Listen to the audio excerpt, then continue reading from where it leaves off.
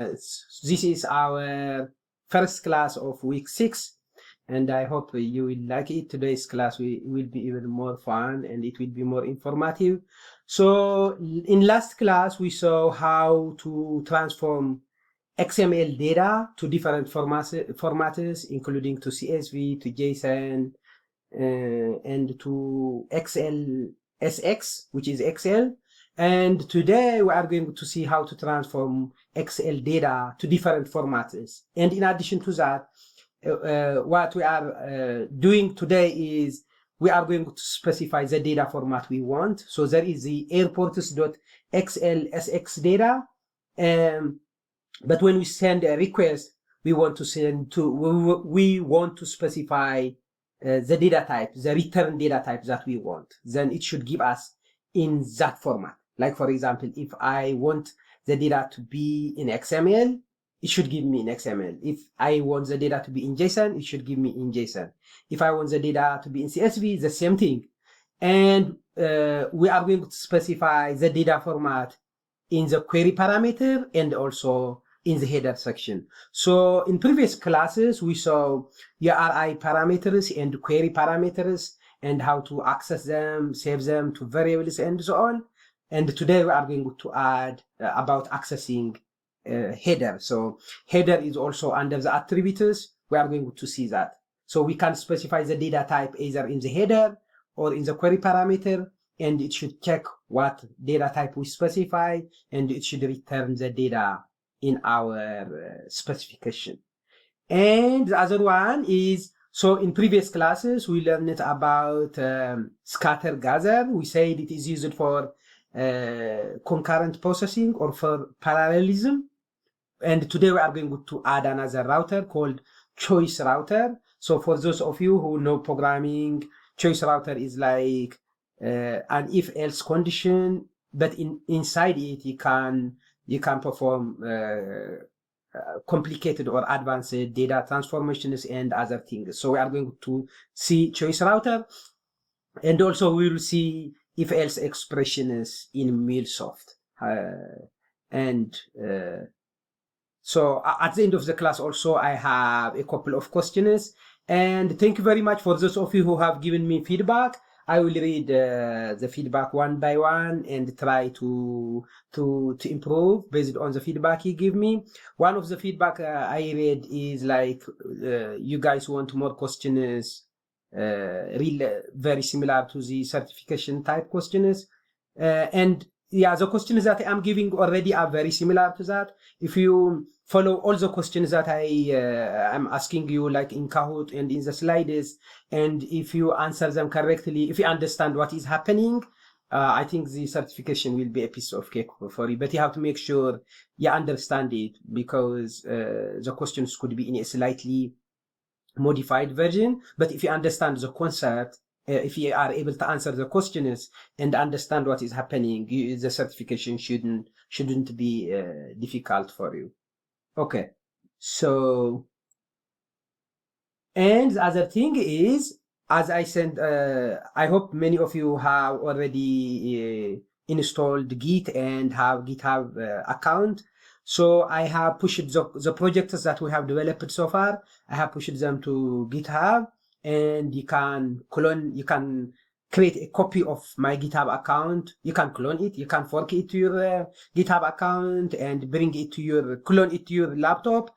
And if for some reason you are not able to complete any of the projects that we have worked on before or going forward, you can use what I pushed to GitHub as a reference. So, and the GitHub, having GitHub account, as I sent in the email, is very important because it helps to show your skills. You are building a portfolio, so it helps to show your skills to hiring managers.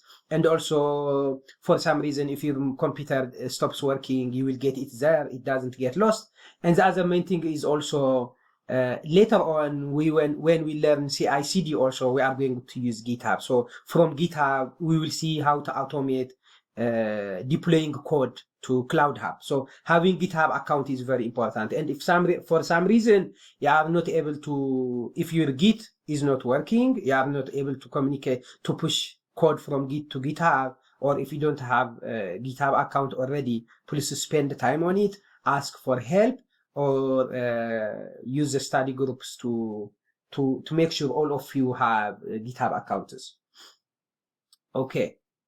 So this is what we are going to build today, and on the way we are going to understand different concepts and functions. So we have a listener, as you can see on the left, and we are going to send a request to get the data, the Excel data, and when we send the request, we will also include the format that we want the data to be. So the format, we are going to specify it either in the query parameters or in the headers. So that is why you see variables are being created. And what this is doing is, if you specify the required data format in the query parameter, you will get the data in that format. You can specify either in the query parameter, and if there is no query parameter, it should check if you specify the data format in the header. If the data format is invalid also, it should tell you that the data format is invalid and it should not return anything. It should return an error message. If no data format is specified also, it should have a default data format. So it should give you in JSON format. So if we specify data format, priority will be given to the query parameter if there is a data format there. Otherwise, it will check in the header. And if the data format is invalid, you will get an error message. If no data format is specified, then it will use JSON. And as you can see, it is using choice router. So we are going to see what choice router is, and also if else condition, and also a couple of other functions. So let's see the functions that we have seen before from the previous classes. We have seen these functions so far. You can read about them from the functions. I think it is the core functions, data weave core functions. I have included that in one of the slides, or you can simply click these functions and go to the link. Like if I click here, type of, for example, it tells me this is the documentation, and you can read. It gives you what data type it is. So we have seen type of, size of, and double plus is for concatenation, and now it gives us date type. So we have seen these functions so far, and as we learn more and more functions, we are going to keep adding them here. And today we are going to learn these additional functions.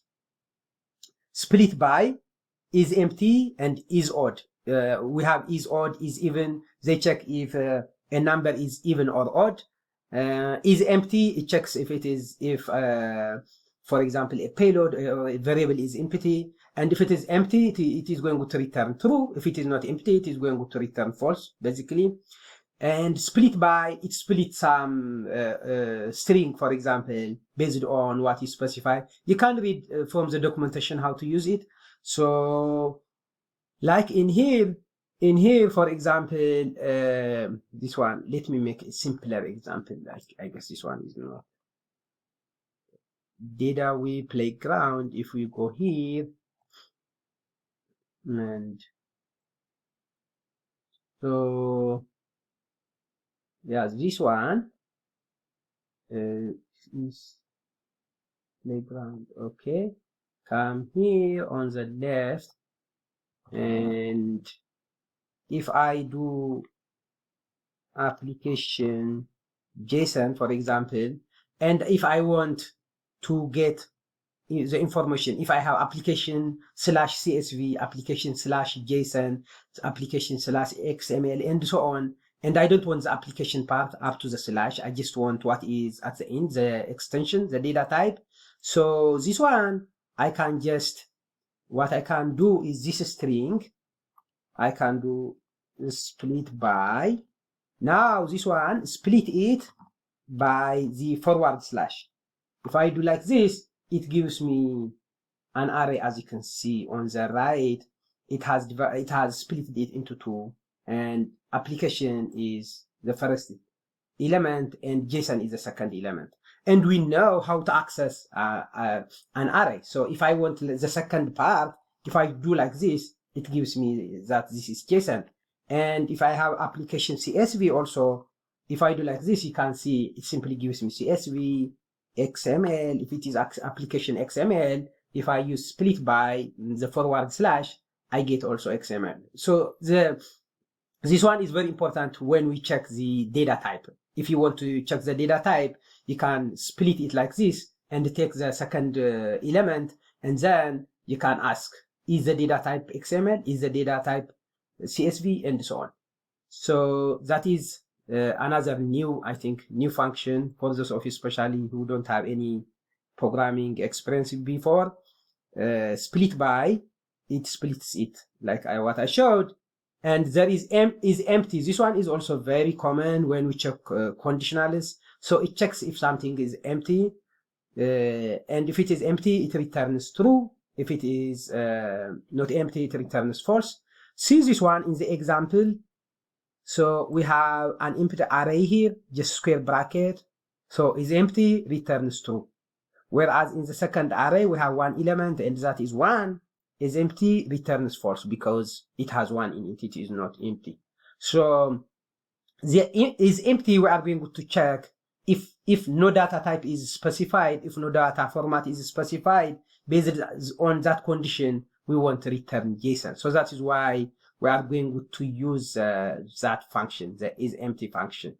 So these are the new functions. You can practice with these different functions in the data web playground. Now let's continue to the next. Okay, so for those of you who don't have any programming experience before, let's talk about if-else statement.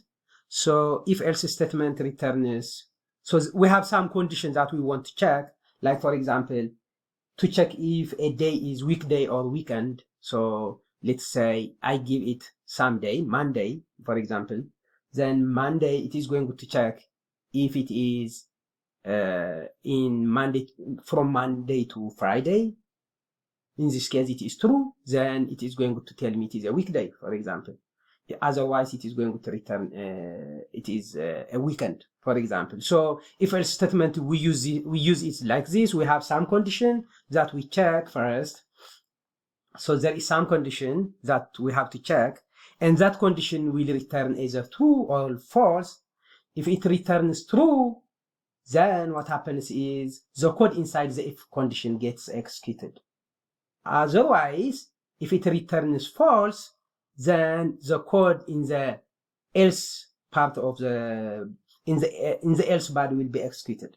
We can also add, in addition to if else, we just have if and else, but we can also add else if, but the concept is very similar. So at the end, then it continues to the next part or returns an output and so on. But generally, we have some condition to check which returns true or false. Then based on that condition, if it is true, then it is going to execute the part in that if condition. If it is false, then it is going to continue to the next part. And that next part by itself also can be an if-else condition. We can also have nested if-else condition. So I'm showing this because we are going to, in today's class, when we build the application, we will use that. But also you can have added a reference here.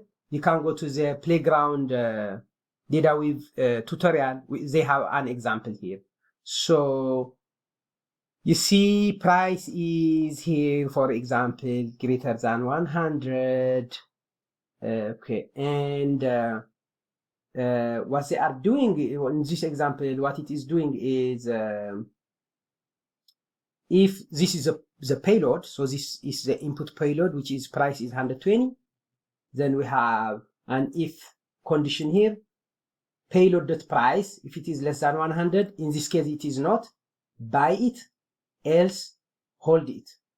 So it is adding an action key here, and that action will give an output. As you can see, since this value is greater than 100, if you see in the output here, the output is hold.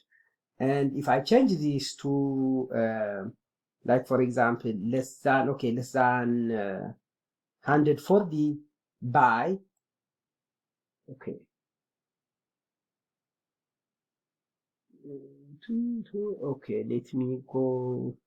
let me go to the playground, I guess. Okay, what we can do is go here and create a variable, our own variable here, var is payload equals to price 120. So we have this payload, as you can see. Now I can say what I can say is if payload.price less than 110, then hold less than 110, hold, else sell, for example. So as you can see, the price is 120. In this if condition, it is checking if the price is less than 110. So the result for this condition, the check will be false. It is not less than 110, so it is false. Since it is false, this part, it doesn't return this part, rather it returns this part. And so this is how we do when we check conditionals. We can also have a number like another variable, x is 5, let's say, and here I can check if x is 5. If x, so for equality check, we use double equal. Double equal is checking if they are the same. So in here, if x is equals to 5, here, yes, it is 5, else it is not 5, for example. So maybe for those of you especially who don't have programming experience, double equal and single equal and double equal are different. When we use single equal sign with x equals to 5, we are assigning 5 to x. So x will have, like if you think x as a container, and if you open that container, you will get 5 in it when you do like this. Whereas with double equal, you are asking, is the content of x 5? So the answer will be yes or no. I can even remove this, and if I do this one should give me true. Or you can also do like this one with exclamation equal sign means not equal to. So in this case, I'm asking, is x not equal to 5? Well, let me increase the font so that you can see it's the zoom level. So we are talking about the single equal sign and the double equal sign. Double equal sign is for checking equality, whereas single equal sign is for assigning or creating a variable. And if you want to check not equality, inequality, you use exclamation with equal sign. You can also check greater than or equal to, less than, and so on. So in the tutorial, go over this if else in the playground. Read this one, it is self-descriptive, and practice with that. Okay, so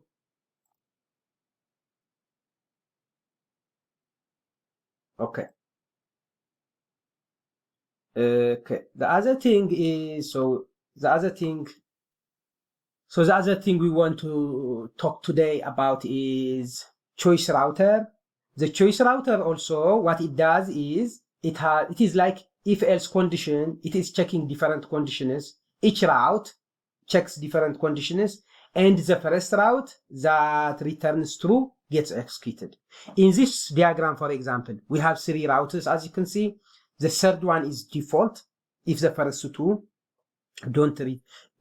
first two are both false, then the default one gets executed. So it checks the first route, which is the top. You see the top arrow in this case. If that returns false, then it goes to the next. It checks that. If that is false also, it goes to the next. If that is false also, it goes to the next, and so on. And if all of them are false, it triggers the default route. the default one, the last one in this case. And the other point also to remember is if you have more than one condition, more than one route that executes to true, it just triggers the first one. Once it gets the first true, it doesn't keep checking. It doesn't check the rest of them. It checks the different routes until it gets the first true route. Once it gets that true route, it is going to go through that route. For example, in this case, the first route could be sending data to one database. The second one could be sending data to another database. The third one could be sending data to another database, and so on. If all of them return true, just it is going to send the data only to the first one. So that is what choice router is. And if you see the difference between choice router and if else condition, they have similarity, but like the choice router, it abstracts all the coding for you. You don't need to write if else expression. And also in each route here, you can drag and drop the different processors, different operations. You can drag and drop and have very complicated flow references, and so on. So this is choice router that we will use. So now let me create the project, and as I create the project and talk, I hope some things will be clear for you. If you have questions also, you can ask, especially towards the end of the class, and we can discuss in detail.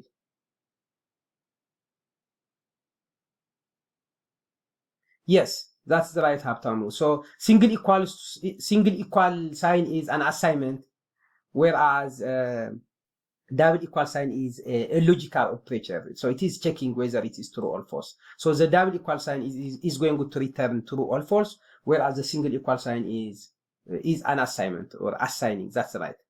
Okay, so now what we are doing is we have the airports.xlsx data, and our flow should read that and return it in the format we specify, we said. And the data format, we can specify it in the query parameter or in the header. So let me go to Endpoint Studio. I have it built in here, but let's start from scratch. Let me delete this, and we'll start from scratch. So first thing is get listener here. The same thing, we have been working with this. So default configuration I will accept, and this one send xlsx the path, and default configuration here.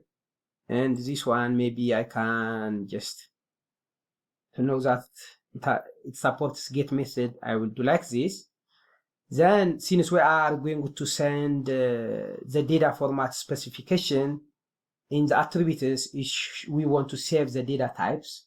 So we said we are going to create two variables and check the contents of the two variables. The variables could also be null. Null means not having any data, or empty. So drag and drop set variable 2 times. So the first one, this one is query param, and in the name I will put it query param data format, we said. And here, this one, I should change it to an expression by clicking this fx. We have been doing that before. So attributes dot query params, where is it in the drop down here? Oh, I click URI params. Okay, dot query params dot format. So we have specified the first one, and the second one, this one, header. So data format from header data format, I can call it data format. And in the name, what did you call this one? Query param data format. Okay, so for the variable name, I can call it header data format, and in here I have to write attributes dot headers dot, okay, that is an auto completion, control space. Okay, so we specify it as content type, content dash type. So just to tell it that this is a single string, we put it within quote. It can be single or double quotation, but we can specify it like this. So we have created two variables. One for the query parameter, basically the data format. We are in each variable we are saving the data format that was specified with the request from the attributes, and it can come in the headers as content type, or in the query parameters as query param. We can access it as query params dot format. Okay, now what we said is if the data format has been specified in the query param, we want to use that. If no data format is specified in the query param, we want to use we want to check the header and take what is specified in the header. If the header is also empty, just return JSON data is what we said. So we bring the transform message. This one is also another new thing. So by the way, this one you may face it in questions. See this one, to access contents from the headers. If it is like this, the variables, or if we are accessing variables also if they have dashes, or if it has spaces, you have to put it within quotation, as you can see here. It should be single quote or double quote. That's one thing. So that's one new thing that you should remember from this class. Another new thing is from the transform message. This transform message, you can create a variable, or you can also create payload. We have the default output is a payload that you can see, output payload, it says by default, and that is what we have been using. But if you want to create a variable and you don't want your payload to be overwritten, the output of the transform message, you can give it to you can save it as a variable. And to do that, you click this plus sign. There is, if I hover on this plus sign, what do I see? Come on. Okay, so it brings this. I think it says for some reason on hover it did not show. Yeah, add new target. So if you remember before also, when we were using flow reference and referencing a subflow, if the payload from the subflow, if we don't want it to overwrite our original payload, we were saving it as a target. This is also something similar. So this one, you click add new target, and the output, we want it to be a variable. Payload that is not showing because payload is a default. So we want to save it as a variable and give it variable name. So we are giving the variable name here.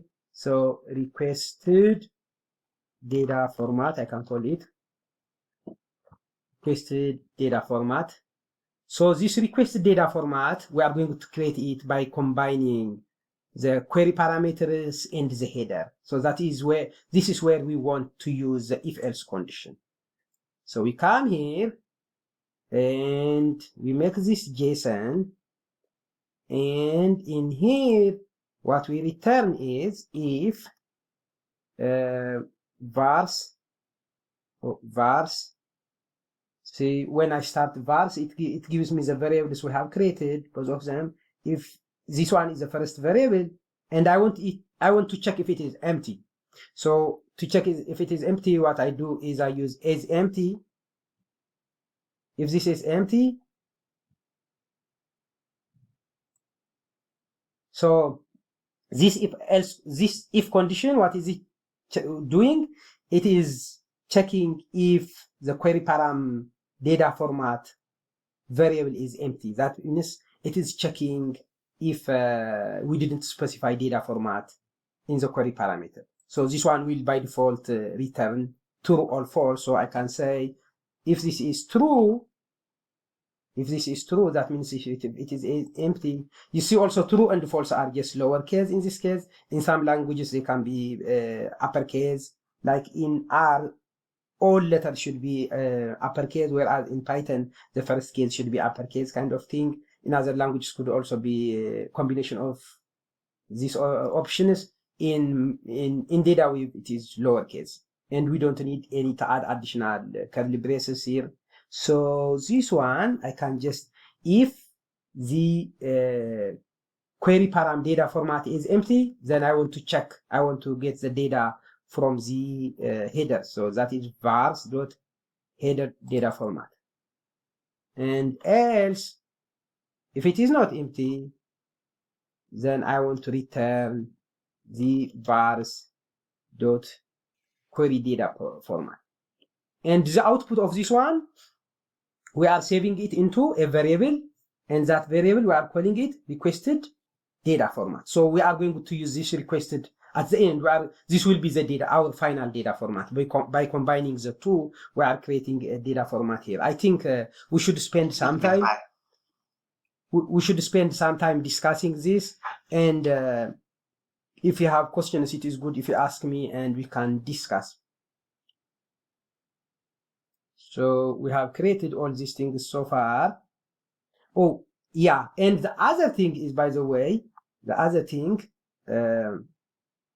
so this header data format, it is in the, so when we send the data format in the query param, we can say format equals to JSON or format equals to CSV and so on. Whereas in the header type, we specify the content type, and it will be application slash JSON, application slash XML, and so on. Let me show you what I mean. I guess it will be better if I show you here. So in here, I can send, for example, if this is send XLSX, then I can say format is JSON.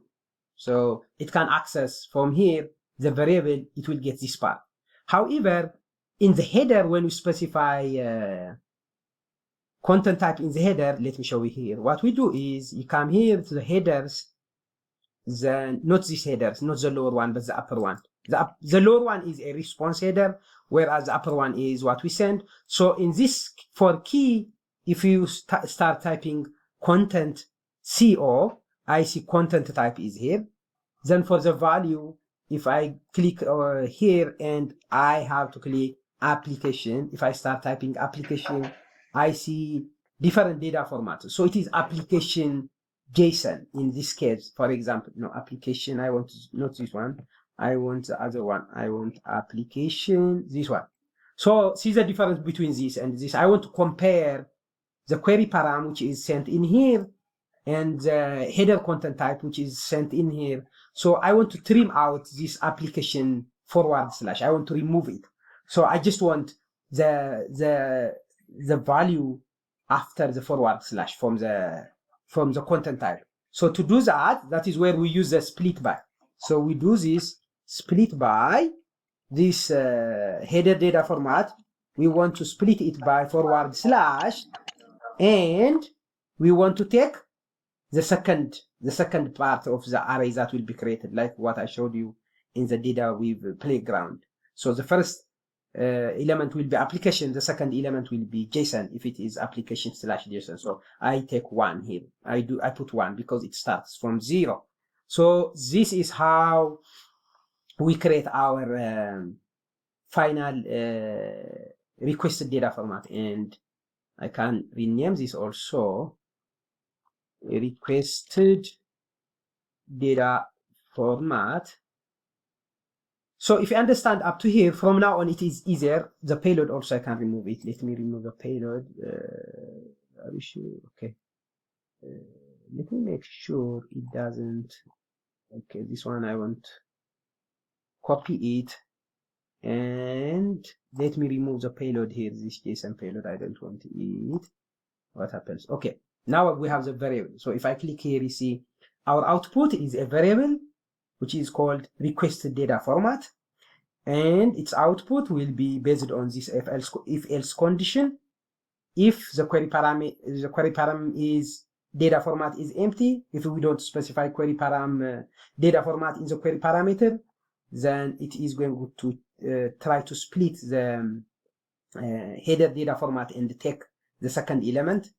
If the query param data format is non-empty, then that will be our final requested data format. Okay, does anyone have any question here?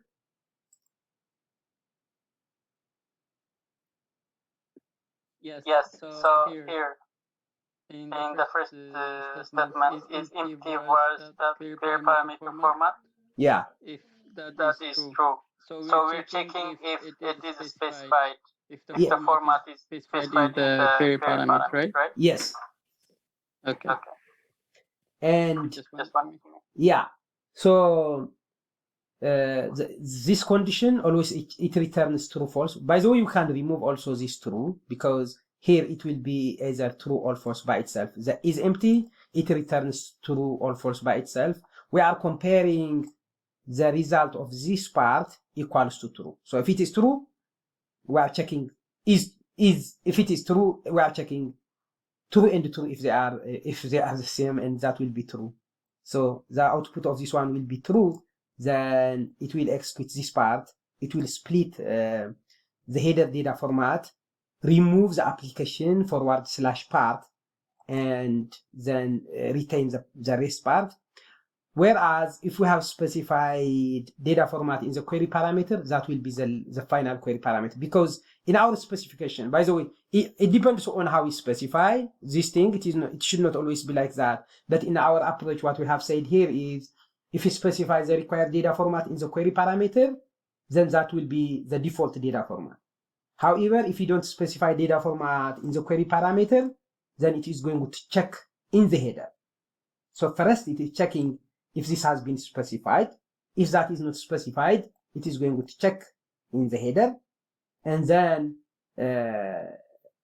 based on that, it is going to tell us if the data format is valid, it will return the data in that format. If it is invalid also, it should give us an error message. Okay. So one more question. Sure. Like I know while using the Postman, we can specify the header format. But in real case scenarios, how do you specify the header format? The header format, so usually we interact with these kinds of tools with Postman, or there is Arc. Usually Postman is the most commonly used one, and you specify it like this. You specify different things in the header, including the content type, authentication keys, and other kinds of things we are going to see going forward. Yeah, so I know Postman is for testing, right? Yes. So I was wondering in other forms, how do we specify the header in other applications? For example, yes. a website or something. So when we write, for example, when we write RAML code also, we are going to see that. In the code also, you can explicitly specify application slash. Like, for example, I can show you simple examples. If I go to my GitHub account, and okay, here,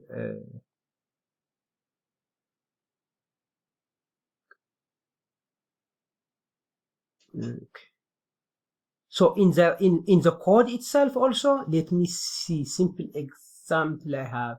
This one is somewhat complex. Give me a sec, I will show you. Random examples. Yeah, this one.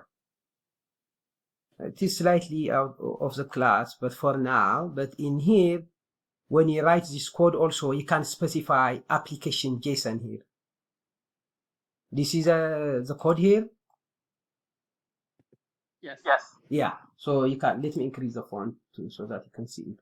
So in the RAML part also, in your code, we are going to see this. I mean, it is easy. It's just like writing indented text. So you can specify the content type like this: application/XML, application/JSON, and so on and so on.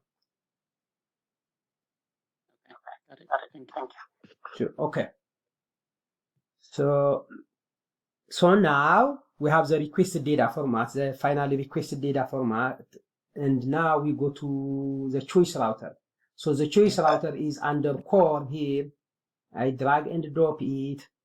It is similar to, I mean, you have, as you can see, we have different routers, and when we drag and drop processors to here, we have to wait until we see a vertical line, a vertical black line. Like when we were using scatter gather also, it was the same thing. So for example, if I bring this transform message, as you can see, when I bring it here, I see a black line, then I can drop it now. So it is going to add another when condition. So the first when condition is, it is going to check, we are going to specify some condition. Then if that is true, then that part of the flow, that part of the route will be executed. If that is not true, it is going to continue checking to the next when condition. If you want to add more conditions, by default it has one when and one default routers. To add more when conditions, you have to drag and drop processors like this. And as you can see, oh nope, this one I don't want it to be here. Wait, give me a second. It should be in here. Okay. I'm not sure why it is doing like that. Give me a sec. I'm missing something.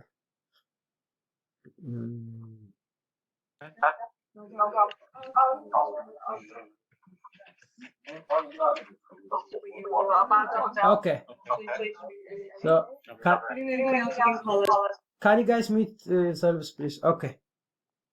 So how many have I added now? As you see, as I drag and drop more transform messages, it added more when conditions here. So what are the when conditions? Can you, someone, you have background sound, can you mute yourself, please?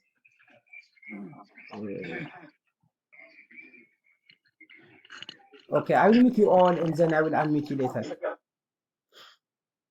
Okay, what are the different formats we have? The first one is to CSV, the second one is to XML, the third one is to JSON, the first one is when no data type is specified, the last one is default. Okay, so let's go do that. So this one, I click here and it asks me for expression here. So the expression vars dot, first I have to make this an expression by clicking FX. That's why I don't see an auto-completion when I do this. And now dot, I see auto-completion, requested data format. So if this is, you see, I'm using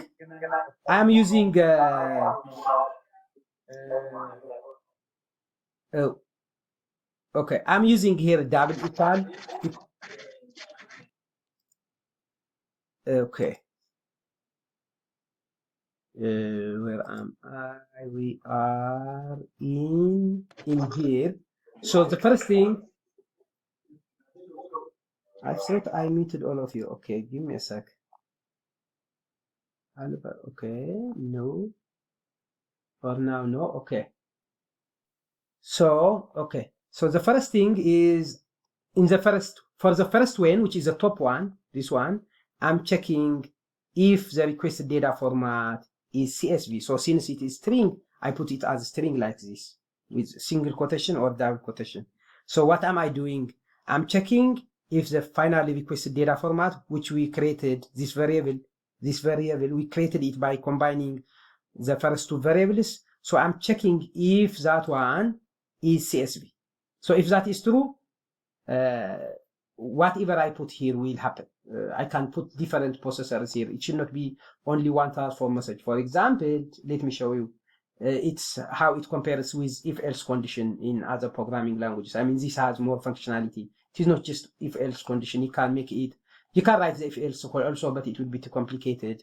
Whereas in here, I can even add other kinds of, yeah, as you can see, I mean, I can make it all this, if that turns true, if the result, if it executes to true, everything in this part of the route will be executed, is what I am trying to say. So that is really handy. Let me delete these parts, I don't need them.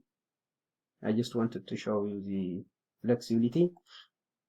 So if it is CSV, we said, if it is CSV, we want to, if it is true, if the requested data format, if it is CSV, we want to return it in CSV. So in here, this one, we put CSV, and the data we are reading is the XLSX. So it will be payload.sheet name. So let me hear what is the name of the airport. This is the sheet name.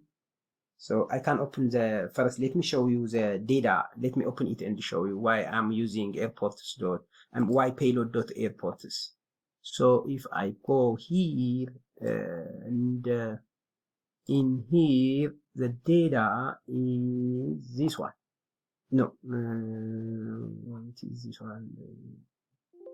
Not this one. It is this one. So you see the sheet name here on the bottom, it is airports. So that's why to access that specific sheet, we are using payload.airports. Has it been sheet 1, for example, it will be payload.sheet1. So here, in here, I want to get payload.airports. If the requested data format is CSV. The second one, let's make it, if the requested for data format is JSON. So I can just copy this condition checking here and change this to expression, also paste it and change this to JSON. So in here, let me change this to CSV, this one to JSON. So if it is to JSON, if this when condition returns true, then it should give us this one in JSON format. The same thing, I write here payload.airports. Another one, if this is XML, let me change this to expression also, paste this here, and I change this to XML. If this is true, it is checking if the requested data format is XML, then we have to transform this to XML. So in the application type here, I change it to XML.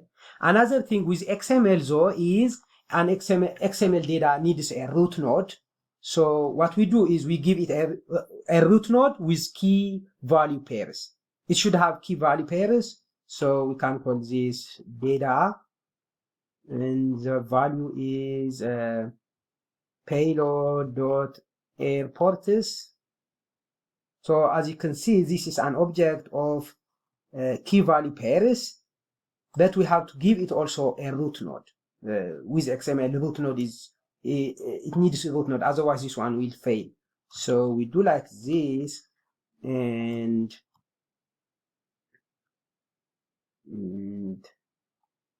tab this. So in here I can write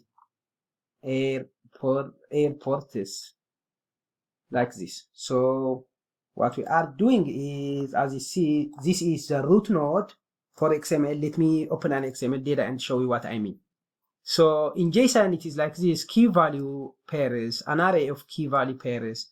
Whereas in XML, let me see where I have XML data and see this employee, for example, and as you can see, it needs a root node. So there is this root on the top, it can be anything, and under that we have, these are the different these are objects basically in JSON, or rows in Excel, and under that row we have different columns, or a given object has different key value combinations, kind of thing. So remember, another thing to remember, always to remember, is when you are creating transforming XML data, the output, it needs a root node. There are other things also that we have to learn about XML, but that is one thing. It should have a root node and then key value pairs like this.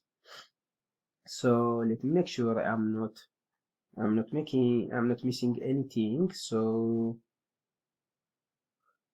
this is for CSV, and this is for XML, as you can see. So it needs a root node basically. And this the equality check is double equal also. This one, I remember there was one question like this. There was one question like this in the certification question. So what it asks you is there is a flow.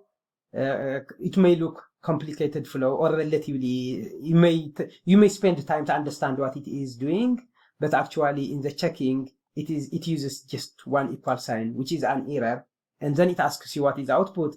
Then you will, if you don't notice that, you will process what is happening overall, assuming that this is double equal, and in the multiple choice option you will get an answer which is not correct, and that is misleading. So pay attention when checking equality. It should be double equal, is what I'm trying to say here. Okay, so we have this one to JSON, this one to XML. The label here, I can change it.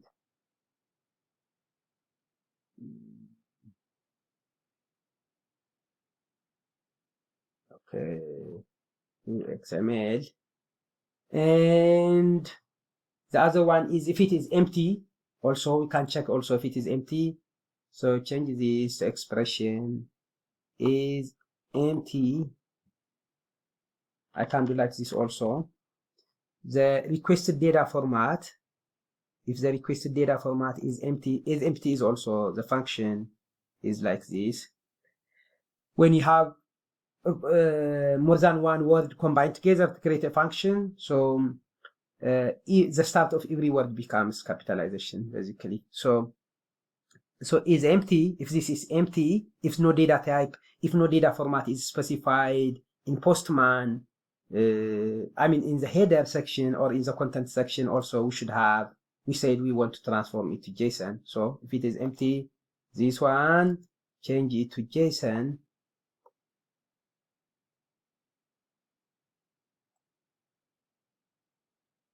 Payload.airports, and this label I will change it to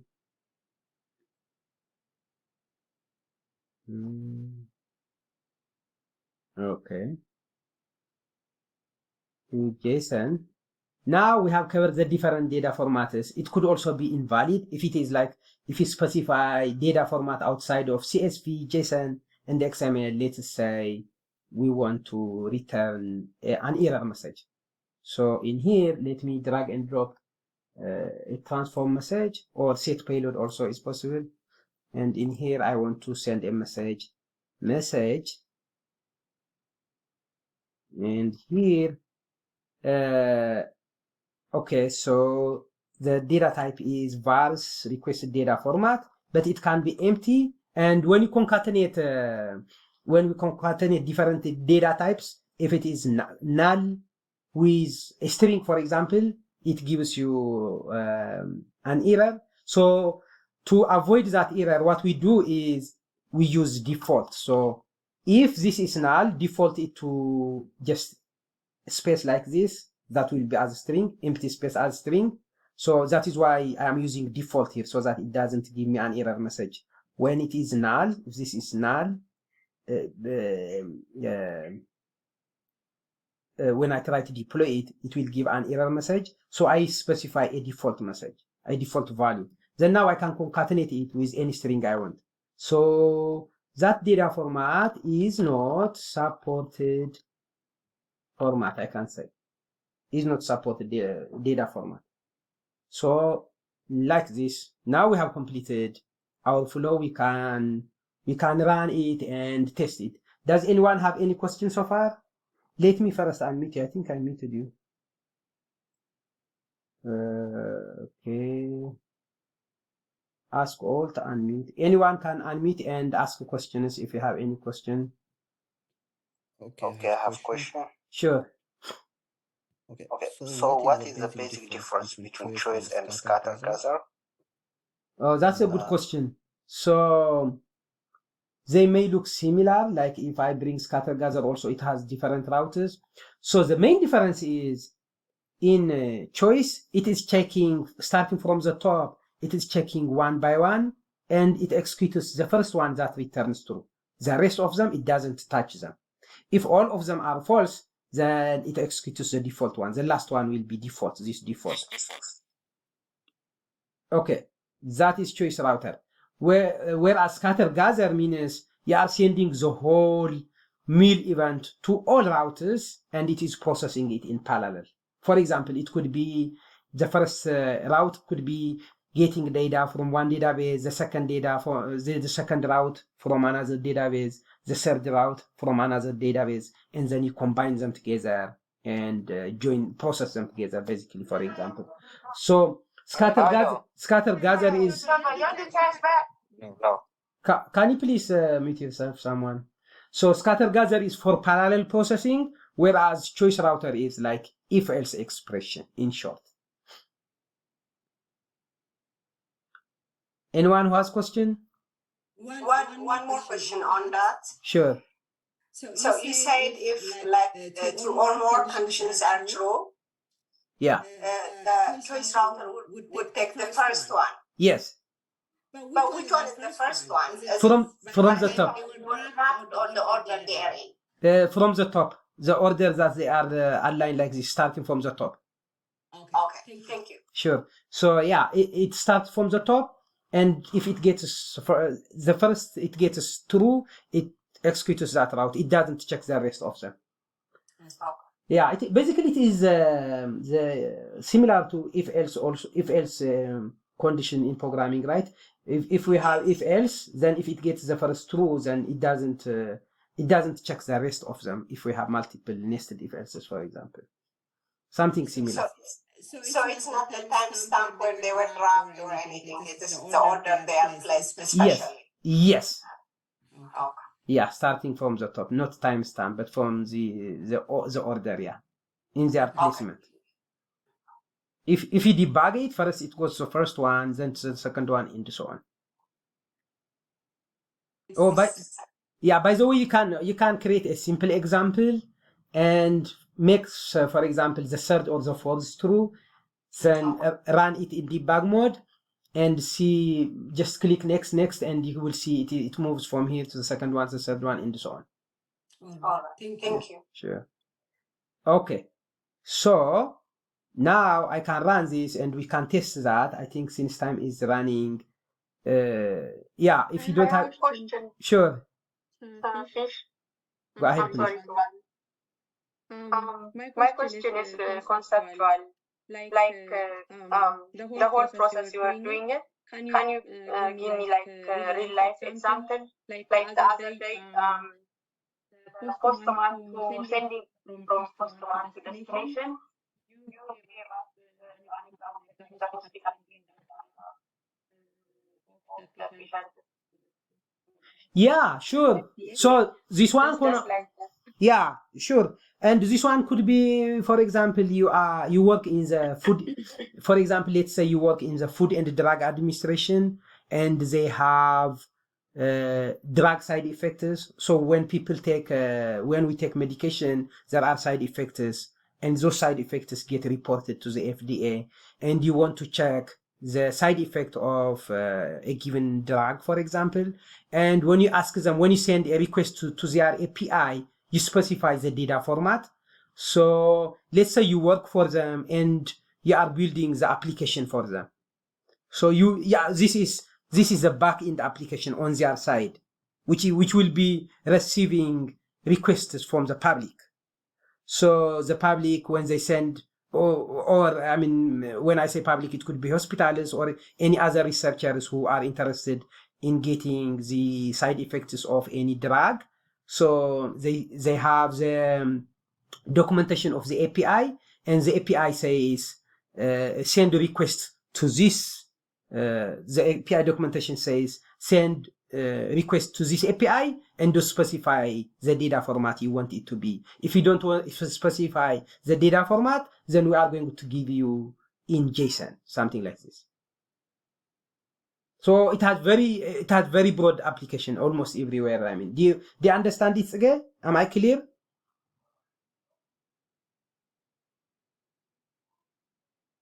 Maybe are on mute.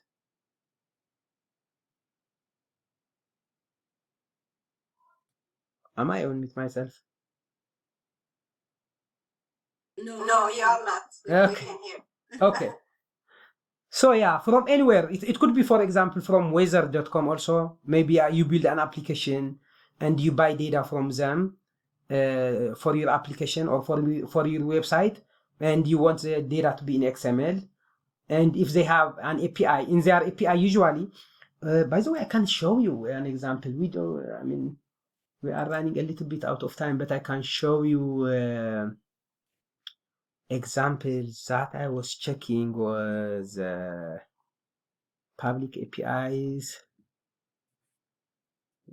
And they specify in the public APIs, if you check public APIs, they specify, they tell you they support this type of data types, and you can specify the data type you want. Weather, was it weather? Yeah, this one, I guess.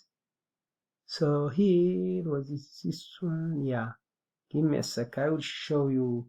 Let me go to their API. Weather API. Then go here. Yes, it is this one. So you see the methods are here. You see, for example, you can use get, then call this this URL, and it will give you to the I think to the minute level. They have specified what each one of them returns. So let's click, for example, just the first one, and the documentation. This one is not that rich, but if you see, usually in their documentation, they tell you what the data returns, what column, what content it has, and how you should specify it, and so on. Let me go to another, maybe another one. API data format.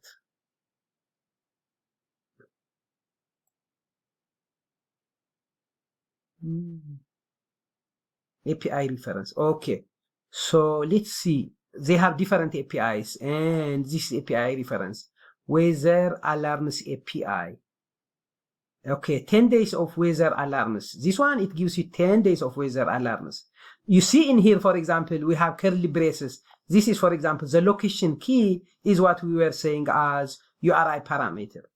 So if I click this, their documentation is not good. But I remember recently I was checking one of their APIs, and it has full documentation about the data type you can specify and everything. Request.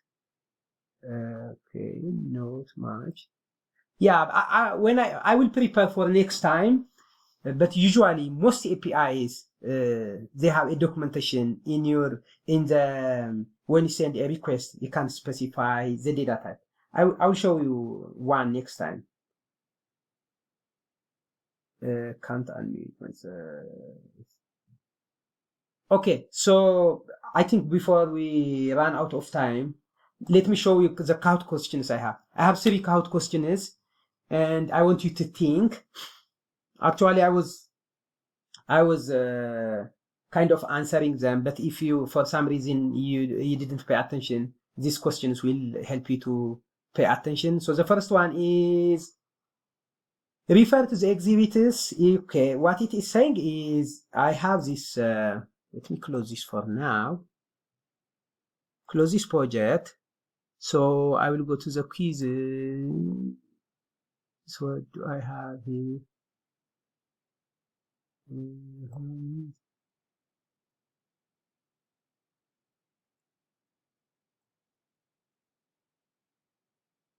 Okay, this one, it checks, you give it a number, and it uses isOdd to check, the isOdd function to check if it is odd. So if I show you, this is the path, isOdd, and there is a transform message here with isOdd function, and we are going to pass a query parameter as myname with a number. Let me show you what it should look like. So like this. Is odd. There's forward. Okay, let me see here. Yep, is odd.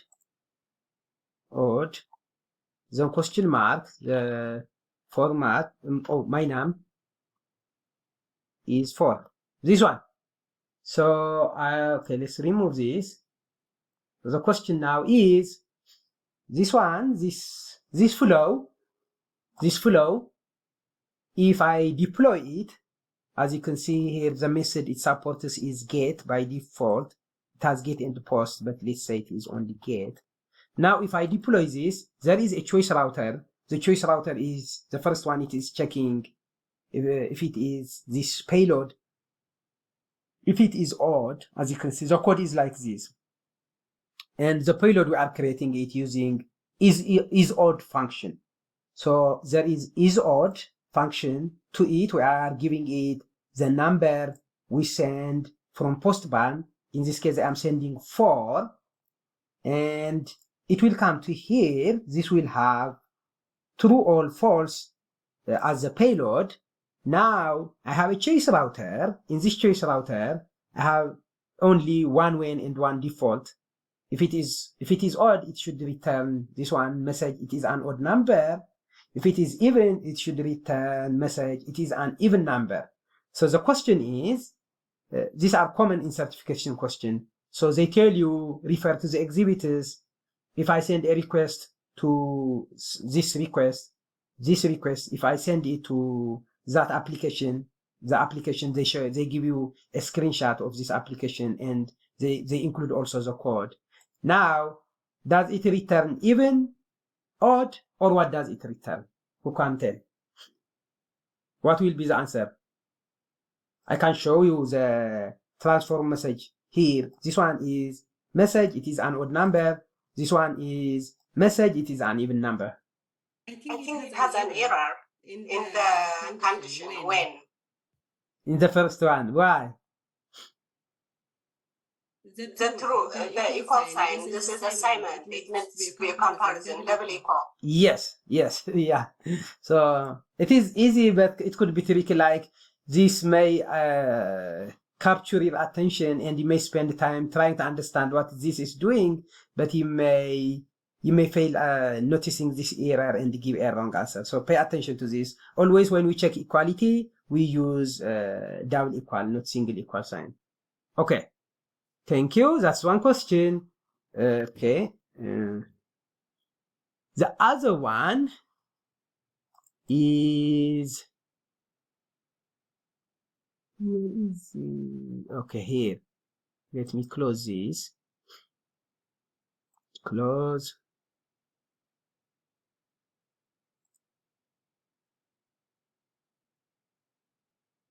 So the other one is, if we send a request to this, okay, let me show you what this has. So this is a path. So this is the path name. Let's assume I bring it here, and CD is Maqale. So what does it return is the question. Let me show you the flow now. So what do we have? Let's see what we have. So this is get. Then the city, we are saving it as a variable here. Let me increase this. We are creating a variable called city, and its content will be vars.queryparams.cd. So simply Maqala will be here. This will be the content of this variable will be Maqala in this case. Now we have a choice router. So we have a choice router. The first one, it checks if the value of city is Seattle, and it returns some information about Seattle from Wikipedia. And if the city is Chicago, it returns some information about Chicago. If the city is Cairo, the same thing, it returns some information about Cairo. If we have a default route here, and the default route, it references the flow itself, this flow itself.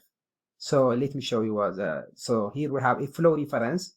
You remember last time we were using flow reference to get results from, to reference a subflow and get results from subflow. So this is flow reference. and it can also reference itself, the same flow itself. So I have flow reference, and the default, if the city is not Seattle, Chicago, or Cairo, it should reference the flow itself. Now the question is, if I send this one, city equals to Mekelle, does it give information about Mekelle, information about Tigray, information about Cairo, information about Chicago, information about Seattle, an error message, or does it time out? What happens? Who can guess or who can tell? Mekelle only the name. Okay. Time out. Okay, someone who said Mekelle, why should it return Mekelle?